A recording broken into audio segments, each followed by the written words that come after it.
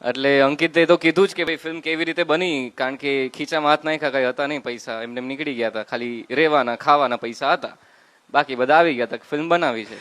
અને એટલા ચમત્કાર થયા આખી પ્રોસેસમાં કે જેની વાત જવા દો એમ, કે એ તમને ત્યારે ખબર ના પડે, પણ તમે જ્યારે આગળ જઈને બધું વિચારો ને કે શું શું થયું હતું આપણી જોડે, ત્યારે સમજાય કે ઓ ભાઈ આવું આવું થઈ ગયું હતું એમ.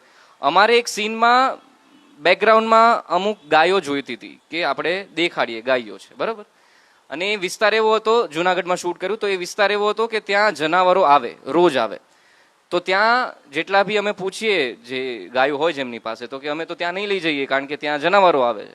એટલે અમે 2 દિવસ સતત મથ્યા કે કોઈ એક ગાય આપી દો એમ, પણ કે નહીં નહીં ત્યાં તો નહીં, કારણ કે ગમે ત્યારે જનાવર આવી શકે. એટલે અમે છેલ્લે હાર માની લીધી કે ભાઈ અહીંયા આપણે ગાયો વગર શૂટ કરી લઈએ. અમે શૂટ કરવા ગયા એ દિવસે અને ત્યાં પહોંચ્યા તો સન બહુ હાર્શ હતો. તો અમે લોકો